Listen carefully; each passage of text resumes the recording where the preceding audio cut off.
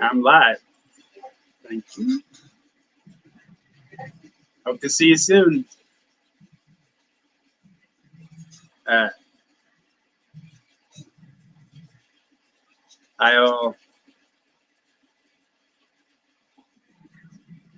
You need my link. I thought I emailed you. I can drop it in the chat real quick if I can chop. Private chat. I don't know if you can copy paste it.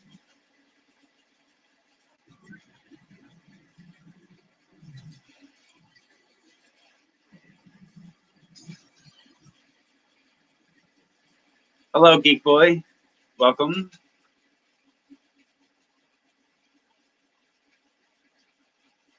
How's everybody doing? 2 people in the house. I had fish room fever. Like button activated. Fish on. He hit the like in case I can't make it. Bold Mama, welcome. Much love. Thanks for coming over to help me out with the tech support, but kind of beat you to the punch. Much love. Diego, how you doing, buddy?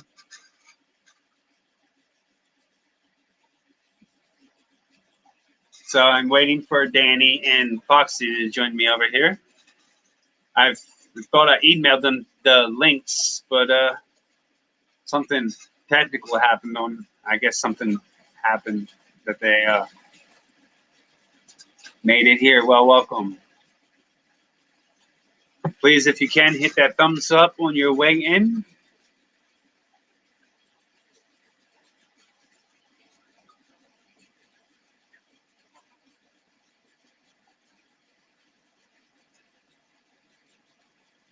Monster Fish Cow, how are you? Diego. Still waiting on the co-host and the guest.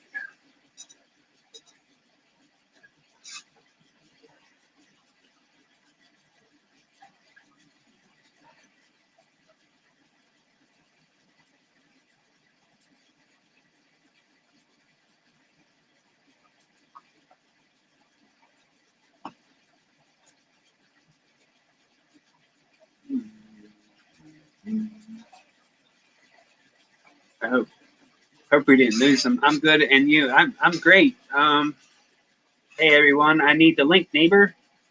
I thought you re-emailed it. I guess we didn't, but I believe that's my link. Nope. Sorry, wrong one. That's yours. Here's mine. If Bold Mama can, please pin that at the top. I believe the bottom one is mine. That's the one you want to go to, not that one.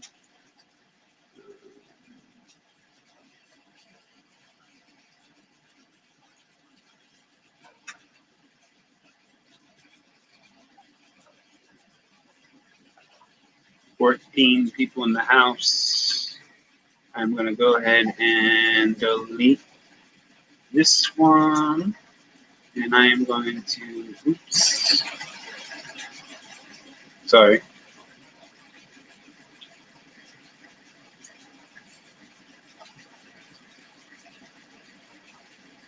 And I want to pin that one.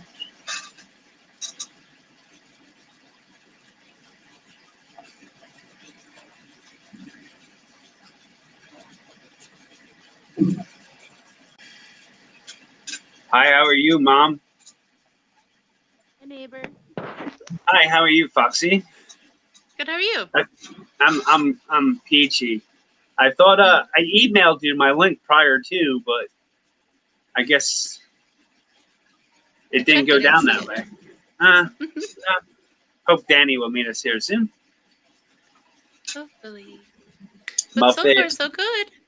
Yes. Yes. Hello, everyone in chat. Hello, Kim. Well, I believe Fishroom Fever. I think I got all my questions out, so I guess me and you can. I guess we can get our hands wet in his tanks. There's the man. Welcome back. The man of the 2 hours. I couldn't get the link, and then my live chat wouldn't load up on my phone either to get it from there. I had to like turn my phone sideways to even see the chat. It was weird. Hello, Diego, Lori, Chalupa, Brian. All right. Now I'm going to close out one Julie. StreamYard tab and hope it's not the one. Mom and Doter, Muppet. Welcome, guys. Thanks, Paul, for subscribing to my channel. If you're over here again, Welcome, everybody. So yeah, we ran through all of our questions for you already. Yeah, so I heard that you have a tarantula. yeah. I don't want to weird Foxy out because she I guess she's I'll a wing girly it the girl best and I doesn't like spiders. But what are you keeping in that for like a substrate? Is it set up like a terrarium? No, I wasn't really knowledgeable on like live substrates and things like that when I had like set up the terrarium. I might eventually change it up and do something like that with, like a full substrate with the springtails and a bunch of plants and stuff. But right now I just have a cocoa fiber substrate and like a piece of cork wood and some like fake plastic skull and bone stuff because I'm creepy and I like creepy Sounds stuff. pretty cool. Let me get my flashlight because I don't have an actual light on her terrarium either.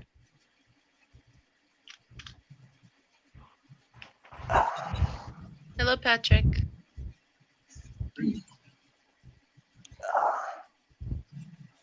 All right, let me get it kind of. Oh, sweet. She's in a good spot right now so you can actually see her colors. Let me flip my camera. Foxy, cover your eyes. I shut my camera off. Does that count? Nice web. Oh, goodness. All you can see is spider webs in her leg and her butt. I can see her just fine, thank you. So yeah, it's just a cocoa fiber and then a bunch of web and then the piece of cork wood, a fake skull and a fake, arm. Kind of gives it a cool look. What do you feed it? She gets crickets, and I don't know, sometimes if I see like a cool bug or whatever outside, I might catch it and feed it to her too. But mainly just crickets.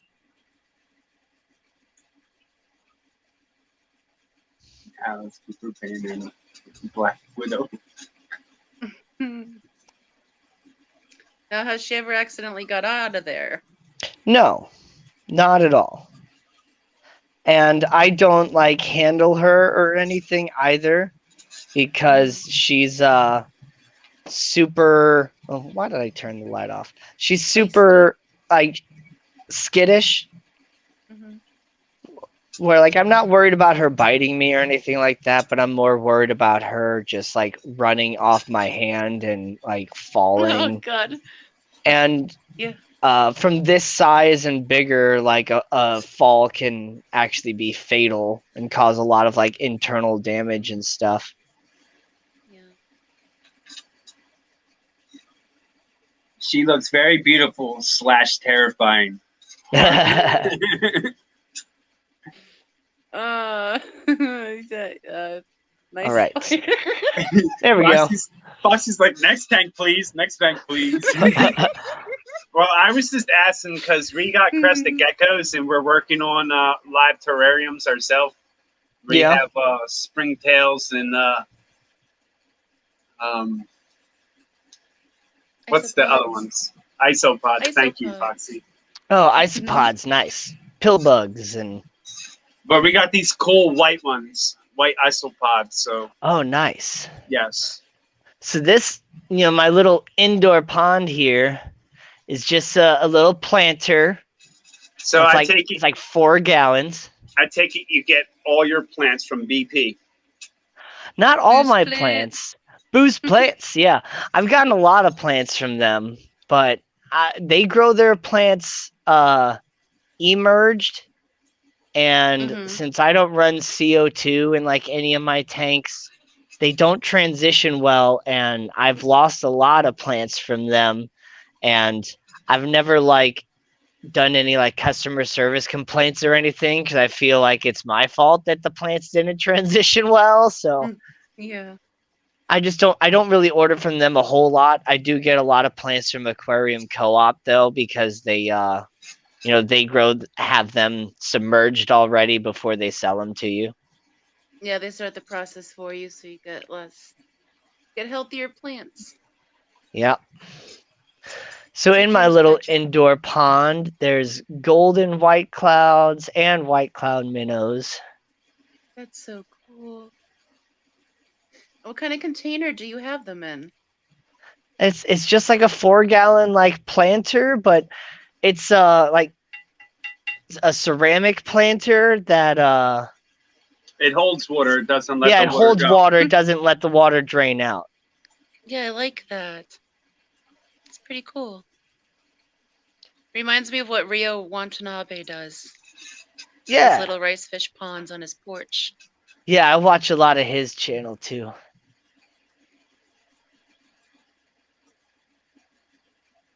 UPS killed my door sack. It's kind of hard to Aw. film because of the glare of the light and then the surface. Yeah, it'll get you every time. Just like when you're trying to make videos without getting a reflection or glares or just everything's shining where it's not supposed to. Right.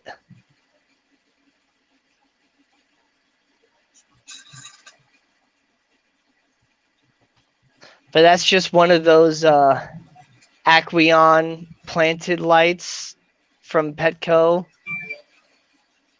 And it's growing everything really well. Got Rotala and water wisteria, red undulata crypts, some alternanthera raniki that's not doing so hot. And I think it's a crypt spiralis that's in there as well, that kind of long stringy one. Do you do Yeah. like root tabs, or do you put water? So it's eco complete, and the substrate is that entire base of eco complete. So wow. it's a deep substrate of eco complete, and I haven't added any root tabs in there. I think I did start it with a little bit of root tabs, but it's just been mainly running just through like water changes and a teeny tiny like micro sponge filter that they sell for like betta tanks. I'm gonna love pop that some. stuff. I'm gonna pop questions up onto the chat. Oh, great. Yeah, because I don't really look at chat a whole lot. How do I introduce my plants into brackish water? I just throw them into the tank. Probably not the best thing to do. But, Java Fern's pretty hardy, and like my water's pretty hard to begin with. So I threw it in from an already like hard water tank into the brackish tank, and it transitioned pretty well. The Java Moss obviously didn't, and the Anacris didn't either. And the mangroves, I just threw those in as well, and just kind of gave them time to transition. It took a while to see some new root growth.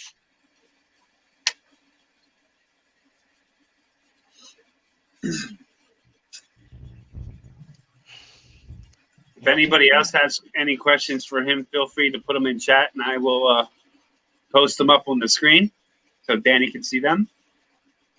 And that's your 55 cichlid tank? Yep. Along with a rainbow shark. I have one of them. It's That's awesome. Robin. Beautiful.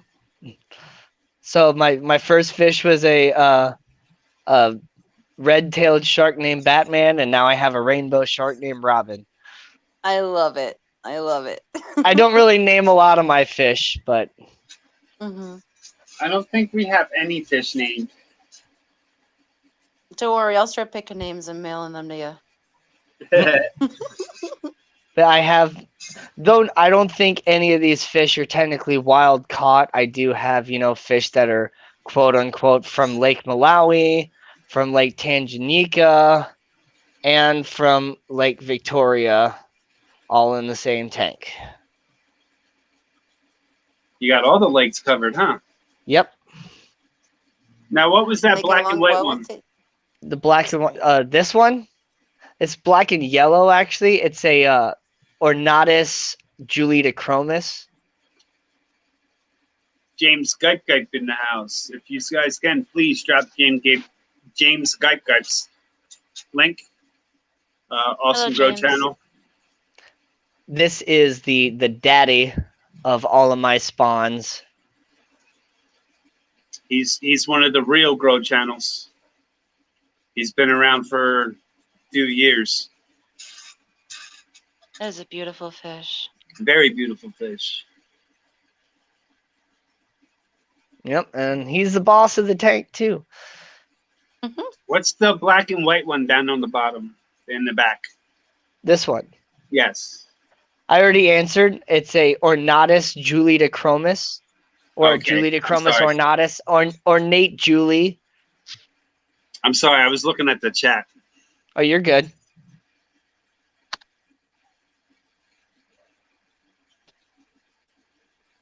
And then, yep, that's one of the babies. That's Valentine because he has a singular spot that's the shape of a heart. Aww. Right. If I can get to focus. It's so hard with how bright the light is. That poor guy with So you his just- swim bladder issue that I've been So you fighting. decided against Valentino? Yeah. And then Valentine's that's a cute the name. other baby. Thank you for dropping that link. How Good long have job. you been dealing with this swim bladder issue? Several months. He's really like he's happy. He's not really showing any other problems. He's just as, aggressive and chases fish around and stuff. But I've done the salt treatments. I've done the fasting and feeding a pea and helping with digestion and all that stuff. And I've gotten him kind of cleared from it for a few weeks, and then it just kind of comes back. And he's just Yeah. always even when I solved the swim bladder issue, he was still like always hanging out at the top. And as soon as I throw any food in the tank, he's just the first one there and just like engorges himself. So I've tried to avoid feeding him by putting him in like a container and feeding everybody else and all different stuff. And I fixed it for a while and it just comes back. So as long as he's happy, I'm just gonna let him be. Do you think that's just the behavior that he does just to try and get the food? I think so.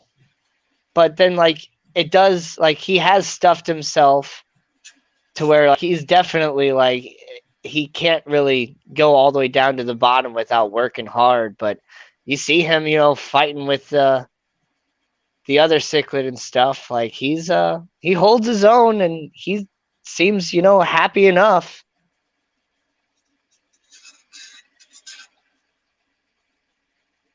They're a little stressed right now because I'm like filming them.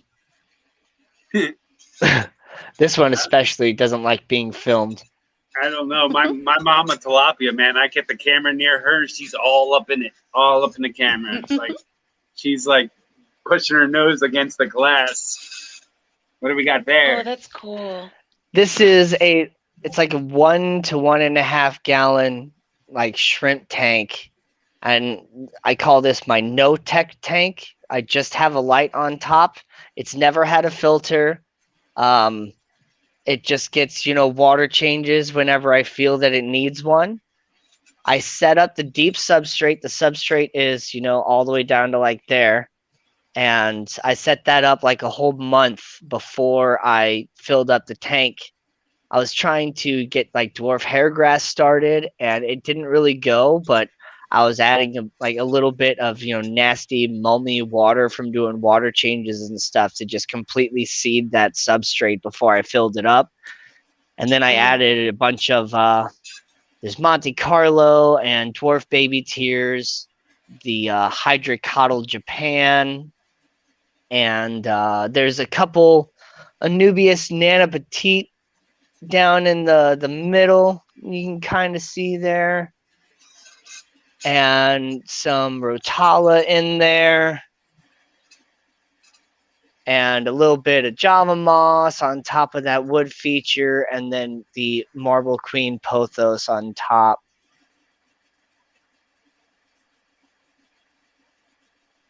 And then, yep, Blue Dream Shrimp are what are in here, along with ram's horn snails. And that's the biggest ram horn snail that I've ever seen in person. Because when I was younger and all that, they always stayed super tiny. I never saw one get like full grown before. And that's the only one I have that's that big. None of the other ones are that big. Well, keep an eye on its shell, because if it gets lines, Foxie will tell you this as well, is if you get the lines on the shell, you might want to move that out of that tank, because they get to about a nickel to a quarter size, and then they'll just die. Oh, really? Yes. Yeah, you'll notice when they're at the end of their life, when their foot goes pale and their shell starts to fade. Okay. Interesting. There's a good shot of like one of the Blue Dreams. Or Blue Velvets, I mean, Blue Velvets. Yeah, I can't keep Blue Dreams or Blue Velvets in my water. It's just not hard enough. And I got to find the balance. Oh, there's a baby too. You see it? Yep, right above it. Yeah. There we awesome. go. I was just going to say, like, they had some babies in there, but I don't think I'd be able to see one. And yeah, one just popped right up. That's great. Because you didn't say it, it showed up.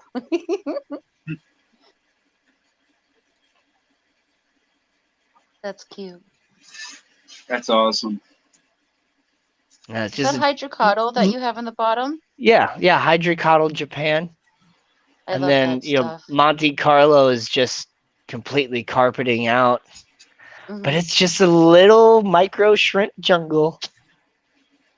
I love it. That is Foxie approved. And then here's my fairy forest as it's adapted. Hair algae issue right now that I'm overcoming. You can see like from the kind of cloudy water, and it's dying. Yeah. But there's You said you have hair algae. How do you get rid of it? I actually I use AlgaFix. Some people might be kind of mad at that or whatever, but if I feel like if you use it properly and you kind of underdose it a little bit, it works well, and then you don't really have to worry about it like choking your fish out or anything like that. I did start this tank out with CO2 as it had like massive plant growth, and then when I ran out of my fluval canisters, I just wasn't gonna buy anymore. Yeah, so it's in transition. Yeah, I ran out of CO2 probably like a week or 2 weeks ago. Well, maybe a little bit longer than that, but yeah, it's still transitioning and rebalancing itself. Yeah, I found the easiest way for hair algae removal is just manual removal and water change. That's always killed it off for me. It grows a whole lot in the Java moss on top, and the manual removal up there is a little bit more difficult. I end up pulling out a lot of moss too, which is okay. It grows back. But the hair grass is looking pretty good. It's my first like success with hair grass that I've ever had. And I like that it's a peninsula style tank, and it's right next to my computer. So when I'm editing my videos and stuff, I can just look at it.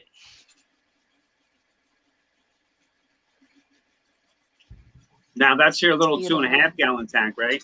No, this is actually So a 5 gallon, a Fluval Spec 5 with the like the built-in sump in the back. Yeah, I remember watching it on the video on your videos. I watched just about all your videos, and I remember watching it. I just didn't remember the gallons on it. Yeah, That is an awesome tank. It is. there's Colonel Mustard there. Shoving himself in the plants. Mine does the same thing. Yeah. Oh, he really likes this tank though. And there are a few like coal shrimp that I have in here because a few of my blue velvets were giving me some carbons. So there's like 3 or 4 carbons in here, but I never see them. Like once or twice do I see them. Very cool.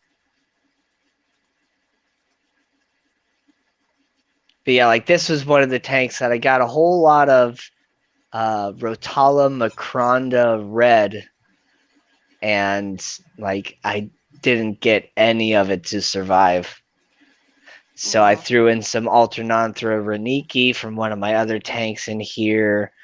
I took the Dwarf Aquarium Lotus out of my indoor pond and put it in here instead. And I added some Rotala, and as I've done trimmings, I've just spread out that Ludwigia Super Red like crazy. And it's not nearly as red as it was when I had the CO2 running, but it's still growing really well. So it's got some nice colors. So I like Yeah, it it for looks what it is. beautiful.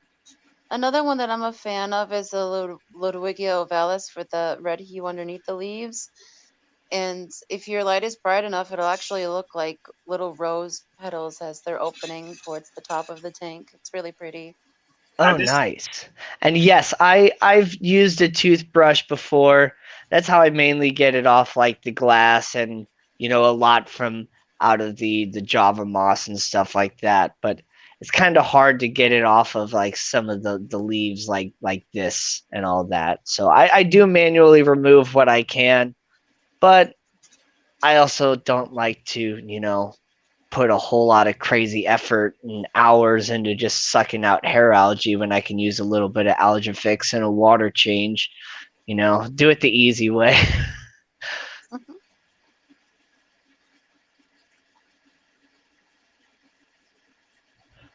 Let's see here. Let's go into my bedroom now and look at those tanks. This is my Fluval Spec, like 2.5 gallon. And I have a black orchid crown tail male betta in there, and his fins have gotten so long that they've started curling at the ends. He is gorgeous. His hair is getting curly.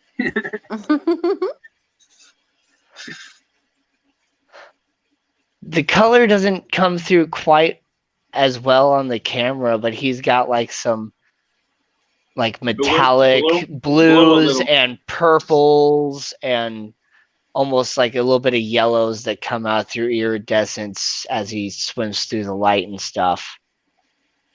Good Florida flag fish. They will clean up that algae. I've been trying to get some Florida flag fish actually, and we did get some in at the store, but before I could buy them all and have a tank set. Because so what I want to do with my Florida flag fish when I eventually get them, I want to build like a mini, like 20-gallon long, make it look like a river setup, and basically do like what looks like a biotope for bass, but put a whole bunch of like Florida flagfish in there. And because to me, they almost look like a mini bass. So do like a miniature bass biotope. That's what I want to do. That would be really cool. But there's a bunch of Java fern in here, and I did have, some like Alternanthera reniki growing out of the back, and I had a type of Like it was just like some aquarium seeds that I had like a whole carpet going for quite a while in this tank. But after I added the frog bit on top, it just like completely took over. And I got a little lazy setting up other tanks and doing all that stuff where it just kind of ended up killing my carpet. And the carpet ended up getting like super long too because it was a type of it wasn't like a hair grass. I can't remember the plant right now off the top of my head, but it ended up growing like really tall, and I kept like shaving it down and stuff. But now I have some dwarf sedge in there, and so we'll see how that takes over. And I might give this tank a rescape in the future. I don't really know. I do enjoy it, and it's been set up for like a year and a half now. I might turn it into a sand substrate or just cap the gravel with sand, because the dwarf sage doesn't really grow super well out of the gravel. It's kind of hard to plant in gravel. I don't really care for it that much. Yeah, it can be very floaty if it wants to be. I have it in my 10-gallon, and the mother plant I needed to wait in order for the babies to take off. Yeah. So though I appreciate gravel for what it is, and it can have a nice look to it and stuff, I don't think I'm ever going to set up a tank with gravel again, just as a personal choice, because I like planted tanks, and it's just a little hard to plant in gravel. It doesn't, like, the tweezers don't work as well and all that. Yeah, I had that same issue with my gravel. It's hard to keep the plants down. And then this is a 20 long. This is what was originally my beta sorority. Had a totally different scape when it was set up for my beta sorority. And then I moved all the wood around, added some more wood, moved some Java fern, just completely changed the scape. And now it's got threadfin rainbows and a bunch of pygmy cories in there. I love pygmies. Me too. And then I've been, adding some different crypts and some different things from my other tanks into here, kind of finishing the scape off and bringing it all together as a whole. And it's evolved a lot. This is like the substrate in this tank is like my longest living substrate at like over a year and a half. But oh, wow. Like I said, it's only been set up in this specific scape for probably 4 or 5 months now. I don't even think it's quite been that long, but I don't remember when I did this because I didn't cover this on YouTube or anything like that. Hello, Rattletrap. Hello, Terry. Thank you guys for coming in. Catfish Terry, what's up, man? The man himself. Yep.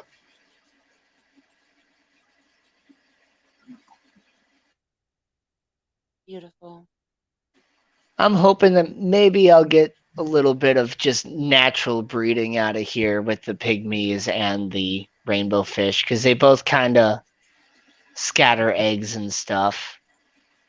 That would be really cool. So what do you use to keep your plants to your driftwood? Gorilla Glue brand super glue gel. Even though that this one, that was actually like an almost hollow piece of wood. Gotcha. That I just kind of wedged the Java fern in there. Sometimes I wedge it, sometimes I just use the glue. I think the glue is the best method, and it's totally aquarium safe. It is. That was my next question. As soon as the glue touches the water, it just turns into. I think it's acrylic, technically, like it's cyanoacrylate glue. Like if I'm understanding the word bases correctly, when it gets in contact with water, it turns into acrylic. Yes.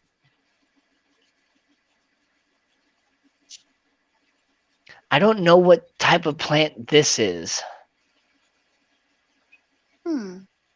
It's like Which has one? like little like coin like shape leaves, and it kind of grows like a stem plant almost, but I have no idea what it is. I just picked up the same plant the other day. I'm just looking at it in my 55. I do not know the name of it. I just was buying clumps of plants. Yeah. It's cute, but I'm not sure what that is. Like when I Brian first set up this Pepland tank, is like saying I it's had a no cardinal. idea about plants or anything like that. I just bought a bunch of stuff and threw it in here. But a cardinal plant, you said? That's what Pepland Creek Aquatic said Cardinal. in chat. Yes. That adds up. I do remember buying something called a cardinal plant. So, and some crypt parva. I have that. That's a pretty cool And plant. some more of the undulata and stuff that I've just kind of stolen from other tanks.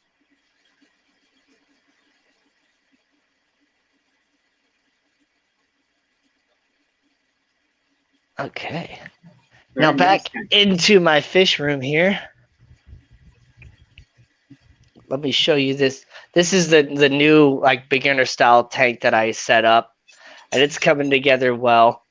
There's chili rasboras in there, and they're already kind of starting to color up.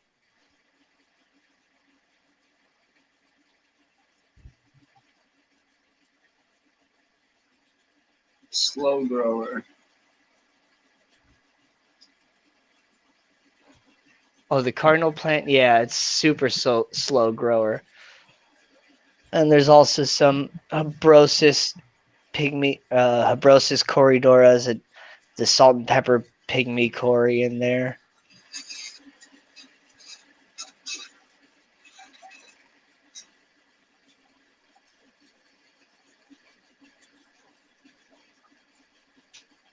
Oh, there goes some lights. So as they're all turning off, here's, Spider-Man, my red and blue betta, in his jungle tank. This is a 7.5 gallon tank that I originally had my shrimp in, and then I moved them into that other tank and I put him in here. And it's just been completely taken over by plants. And I got some terrestrial cacti and succulents in here as well. And then, like I talked about, there's my little 10-gallon quarantine tank that I have my convict cichlids in that I took from the store because we can't sell babies. We can give them away, though.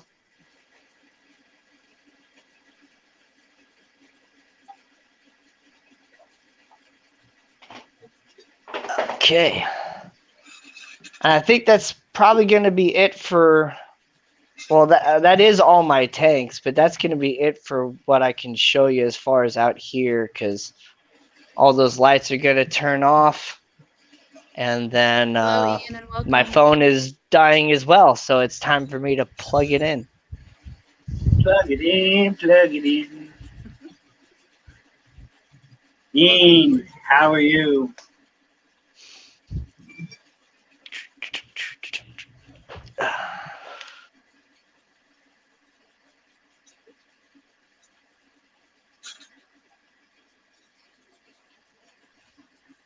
Does anyone in chat have any questions for Danny? Yeah, anybody would like to ask him anything? Yeah.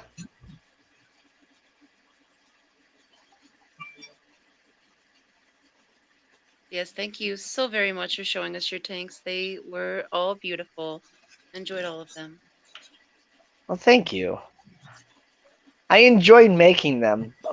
I have a lot of fun just like aquascaping and making the tanks and just setting up the entire environment. And that's what really has drawn me into the aquarium hobby, because like I had fish growing up, but I kind of moved away from it. And I know, like, I got kind of bored with the fish that we had growing up too, where I was just didn't really want to get back into fish, and I really enjoyed plants and gardening and stuff like that. And so just the ability to create in a little ecosystem in a glass box.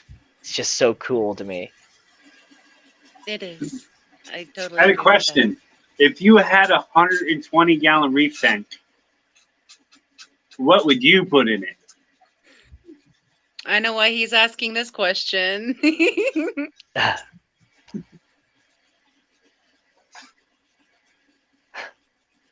120-gallon reef tank. So definitely some corals and some anemones because we're talking a reef here. And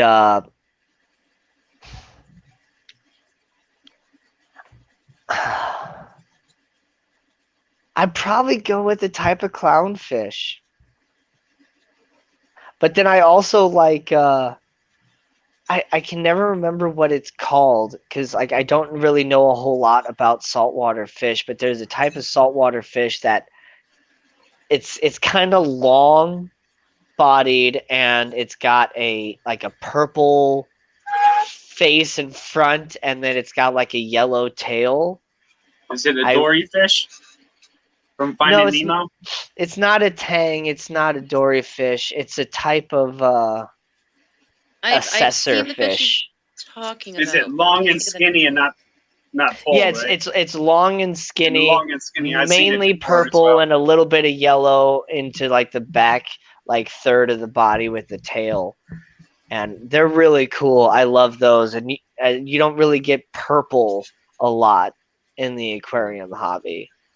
Yes, Fish Gal. I got the 120, and tomorrow I'm going to pick up a 230. Nice. We have another guest on the stream. Roman has decided to join us, the furry fish keeper. Oh, another Roman. Yeah. He's a mighty warrior, so he's named as such. And my old roommate, his name is Roman, and I know he was at least watching the last stream. I haven't noticed him in this chat, but he is at work tonight, so he was just kind of tuning in as he could. I'm surprised Tundra isn't all over you right now, meowing as a storm. No, she's just going around finding little pieces of dust or whatever and eating them. And cats will be cats. Yup.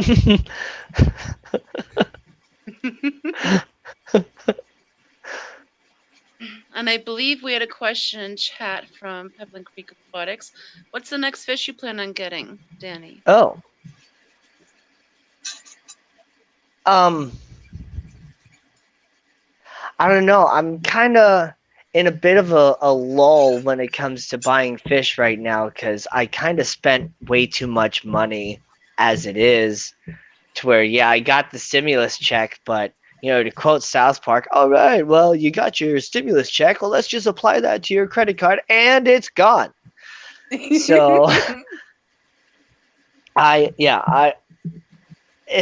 when I eventually get back into, you know, buying some more fish, and because I did just buy like another like stand, so I'm gonna kind of rearrange my fish room a little bit. I think I want to get some tomato haps and start breeding those. Those would be really cool. Because they have like reds and yellows and blues and greens that come out on their colors, and they're just such a great colorful fish. And, you know, they're a Victorian, so they're not as aggressive as the other African cichlids. And then so you can also, you know, put them in like a heavily planted tank and stuff like that because they're not as they're kind of more used to those sort of waters versus the other Africans that come from Malawi. Yeah. Hello, John Larson. Welcome. Ian Atkins Nature Aquarium says lightning maroon clowns are awesome. The Perkins Life 4. Hello. Another homestead channel. Appreciate you for coming in. Hello, Perkins.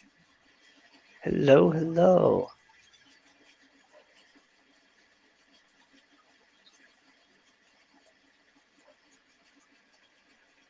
I've seen one of their videos they shot a couple months ago. They were looking to do a in-house aquaponic system for Nice. some Oh, really? for homeschool credit for their boys. There you go. That's kind That's of what really cool. my sister does. My Yeah, sister, I'm trying to get her to start like a YouTube channel, but she mainly just post to Instagram and stuff. But she's a little bit farther advanced into the homesteading than I am. She's got chickens. She's actually living at my parents' old house. So she's got the space that we used to have growing up. So she's got chickens, she's got a full like garden. She homeschools her kids, and like she doesn't work. It's just my brother-in-law that works. So she takes all of her time just taking care of the chickens, doing all this stuff, and she just got a whole bunch of beekeeping equipment. Oh, And very cool. so yeah, she's stepping up in the world, and I'm gonna try to get her to give me one of those hives, because she got like 5 or 6 hives worth like of stuff or whatever. She hasn't actually gotten any of the colonies yet, but Mm. so it's like I want to get one of those hives because I haven't made any in a while, but I also sometimes make mead, and it'd be nice to have my own honey with my own fruits and all that stuff and be able to make my own mead with all homegrown stuff. That would One be totally one day awesome. I'll have my own hives. One day. Just not right now. Yeah, you got to get yourself fixed first. Yeah, man. A lot of And things that are on bear, hold. take care of Yeah. that bear in the yard. But yeah, like just kind of, talking about my channel a little bit, like it's mainly been about fish right now. Well, it's only really been about fish right now, because that's what I've been like super into here recently. But as it gets further into real spring and summer, I'll be posting videos about my pond. I'll be doing stuff about gardening and like air layering and bonsai and a lot of the different stuff that I do. So I'm just going to be using. That's why I haven't like really changed the name of my channel to anything aquatics or anything like that, because this channel is just mainly about sharing what I do with my life, sharing the knowledge that I've learned, and kind of helping out the beginners. There's a lot of people out there for the more advanced hobbyists and things like that, but I want to help the people that are just getting started. That's a great thing. And what do you think? I know this was a question we asked earlier. What would you tell beginners? But what do you think where do you think beginners go wrong mostly?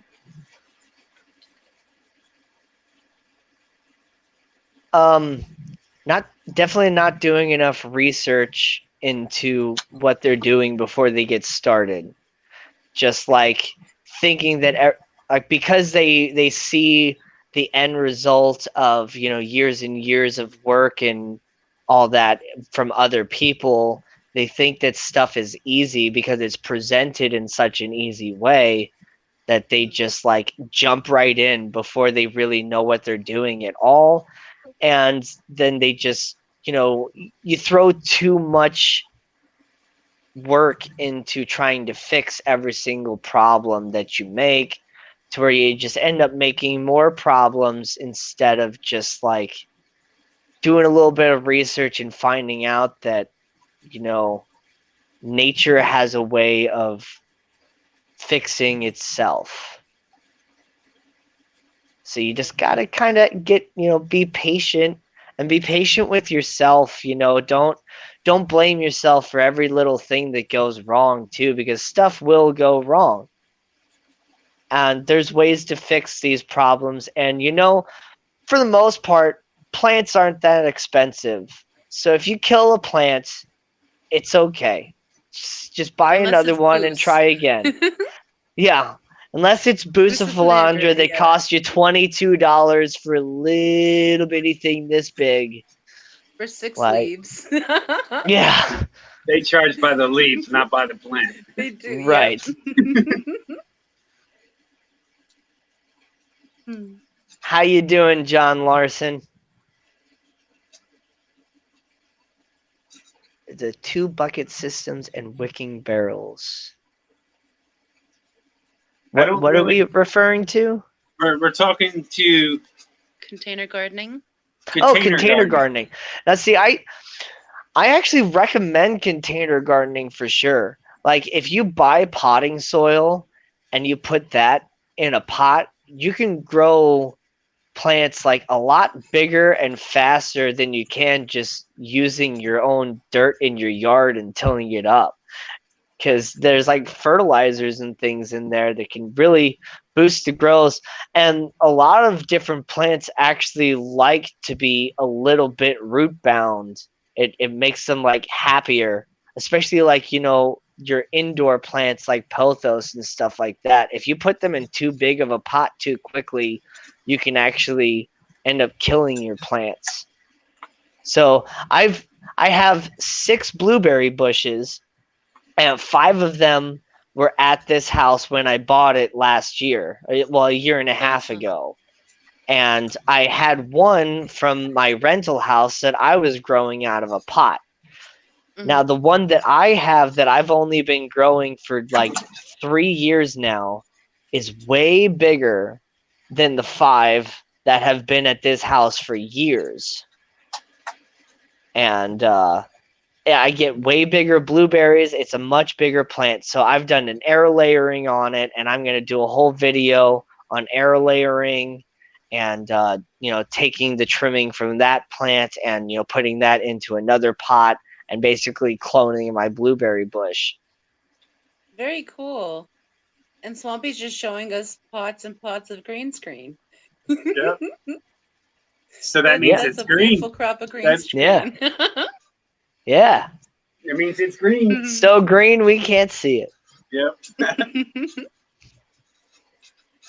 But yeah, no, Chaplain Creek you're Aquatic right, says compost for the win. Peplin. Yeah, for real. Compost for the win.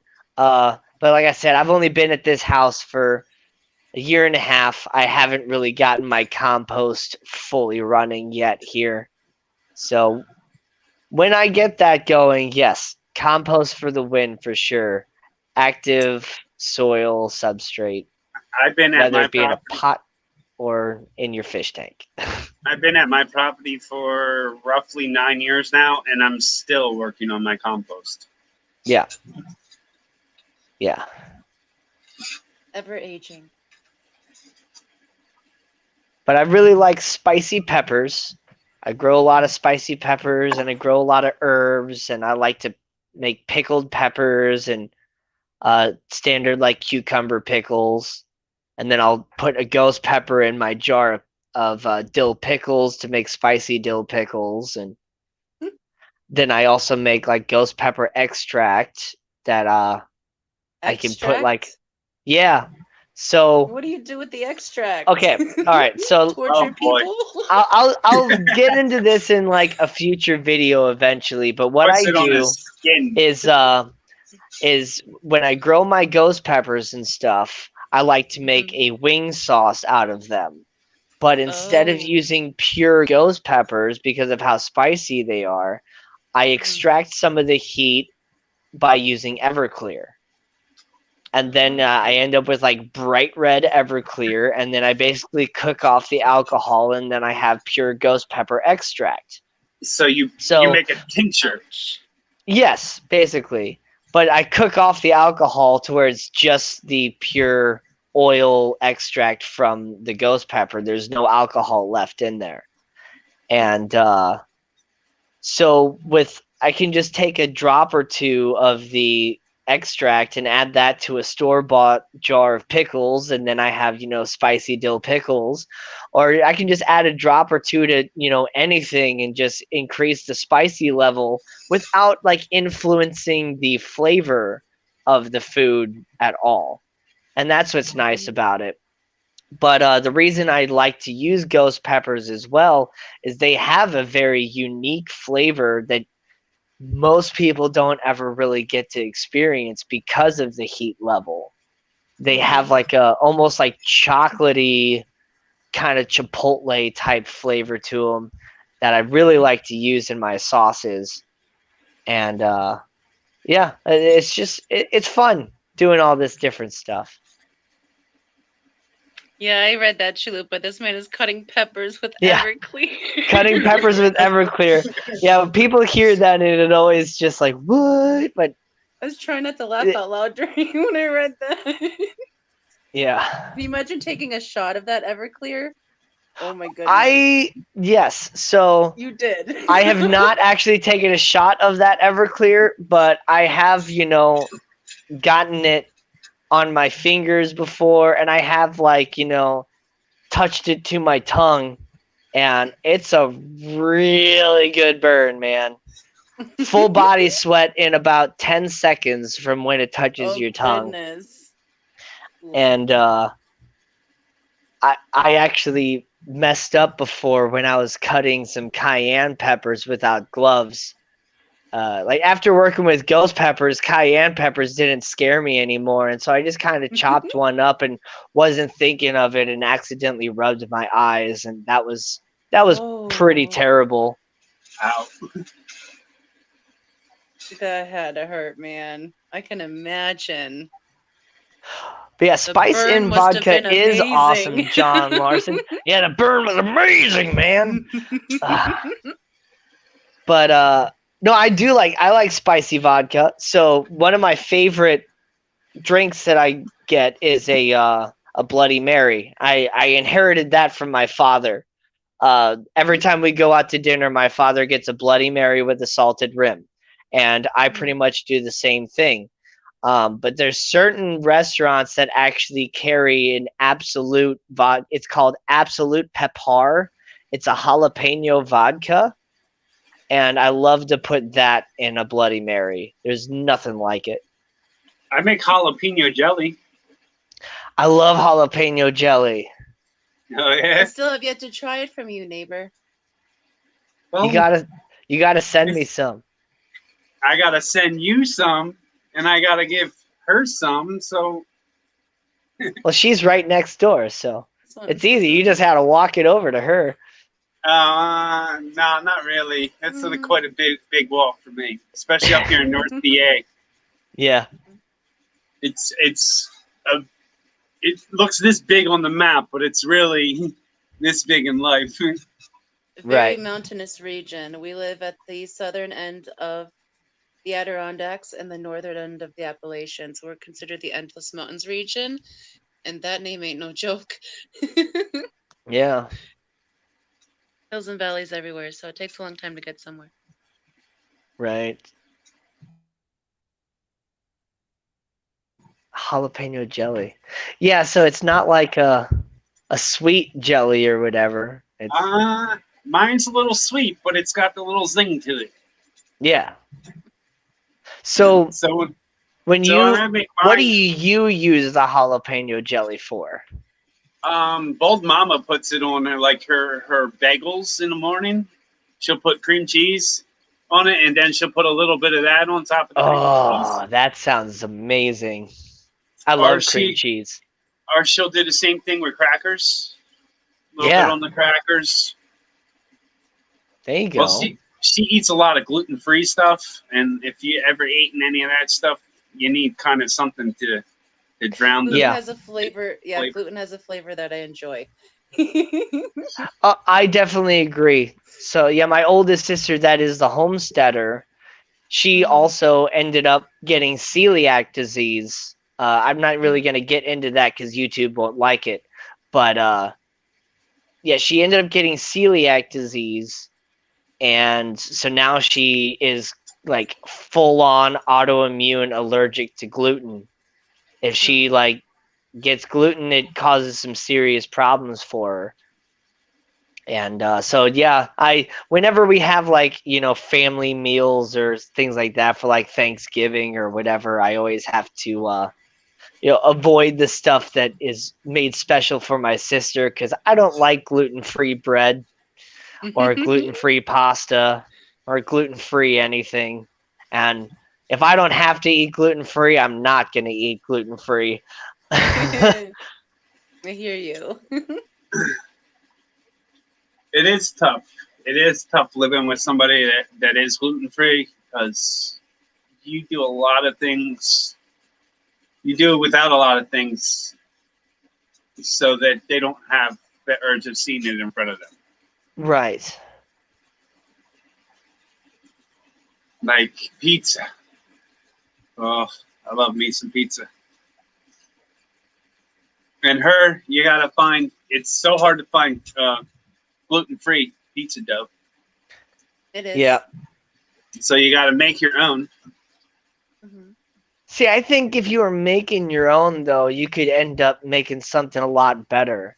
And that's just been my experience with the gluten-free stuff. Like, I do like certain, like, gluten-free products, such as, like, the rice flours or the almond flours and things like that. You can make some really delicious gluten-free cookies because the almond flour is really good with, like, a chocolate chip cookie or something like that. But other things, like, I just don't really like any of the store-bought gluten-free stuff for the most part.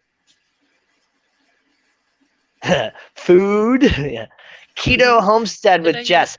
Yes, now see, keto is one of those diets that, like, if I was going to choose one of those diets, being a person that can have the choice in my diet, like, if I were to choose one of those fancy diets or whatever, keto would be one of those that I could actually get behind because it does involve, like, a lot of meat and stuff. Yeah. Once you go homemade pizza, you won't prefer store-bought ever again. Correct. Right. See, but for us, for a pizza night, it takes 2 days. It takes 2 days because you got to make the dough, then you got to refrigerate it. You got to let it sit in the refrigerator overnight, and then you got to make your pizza. Yep, you got to make your pizza the next day. Yeah, 15 minutes on a Friday quickly expands when you can't order it anymore. Right. Hello, keto. Welcome, keto. Yeah, I just hit my hour mark, neighbor. Do you want to keep going, or do you want to head out of here? I actually need to head out of here, neighbor. I have some things I need to do. I have yet to eat dinner, and it's already 10 p.m. So yeah, I gotta eat some food too. All right. Well, we're gonna call it, and it was a pleasure meeting Danny, and it was awesome meeting you. I didn't get the chance to, like, thank you when we were still in Foxie's stream and stuff. But yeah, thanks both of you for bringing me up here and giving me the chance to kind of talk about myself a little bit and share myself with the YouTube community. And I appreciate that a lot, actually. You are more than welcome. It has been a joy. You're very welcome. It kind of makes me feel special being your first guest because I'm really new to the YouTube world and all that. So, well, that's what YouTube likes. They like something new. Right. Exactly. Fresh face. Yes. Right. So yes, thank you so much for being our guest. And thank you, mods, for moderating. And thank you, everyone in chat, for joining us for this evening. Yes. Whether it's been for 1 hour or 2 or just a few minutes, we appreciate all of you equally. Yeah. Yes, much respect to the mods. And thanks for doing this with me, neighbor. And thanks again, Danny, neighbor, for hanging out with us. And this is our first one, so it's kind of a little rough, but we can work on it. I thought it went pretty well. Huh? I said I thought it went pretty well. Yeah. And no, it did go very well.